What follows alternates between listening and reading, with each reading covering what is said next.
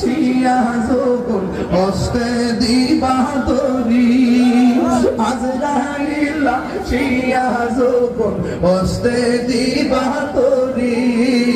তখন আমার মনাবার ফরমানো কালু কি আমি জানিলাম না গো আল্লাহ মরণের কতদিন বাকি আমার মরণের কতদিন বাকি আমি জানিলাম না গো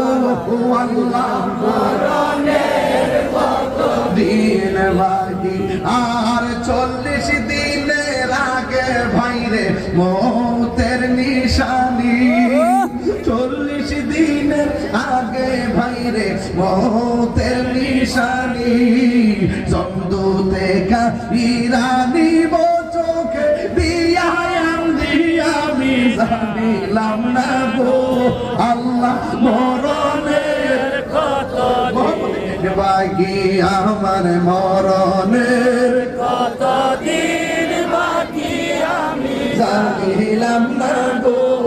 আল্লাহ মরণের কতদিন বাকি আর হায়াত হইল হাতে ভাইরে মৌত হইল পায়ে যেই জায়গা যার মরণ লেখা সেই জায়গা সে মরে আমি জানিলাম না গো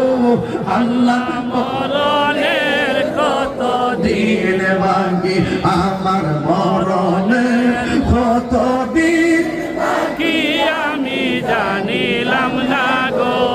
আল্লাহ মরণের কতদিন বাকি কেউ একদিন চলে যেতে বলি বাজান ওয়াজ আমি ইমোশনাল হই রং তামসা করি না একটা কথা বলতেছে বাজান এই জবানের কথাই তার জ্ঞানের মাপকাঠি কথা ঠিক না বেটি এই জবানের কথাই তার জ্ঞানের মাপকাঠি অনুরোধ করে দেওয়া যায় আজকে অনুরোধ করে দেওয়া যায় আজকে থেকে অনুরোধ করে দেওয়া যায় এই জবানটার হেফাজত রাখবেন এই জবানটাকে কোনোদিন নষ্ট করবেন না এই জবান দিয়ে আমরা নবীকে সালাম দিই কথা বলে ঠিক কিনা বলেন এই চোখ দ্বারা হেফাজত করবেন এই চোখ দিয়ে আমাদের নবীজিকে দেখার সুযোগ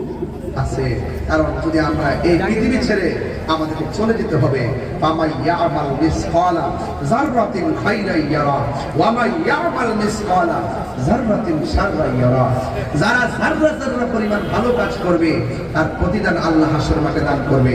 আর যারা যাররা যাররা পরিমাণ খারাপ কাজ করবে তাদের প্রতিফল আল্লাহ আপনাকে দিবে এইজন্য জবান দিয়ে কোনো মন্দ কথা বলা যাবে না এই কথা দিয়ে তো সব হয় নাকি আর কিছু দিয়ে হয়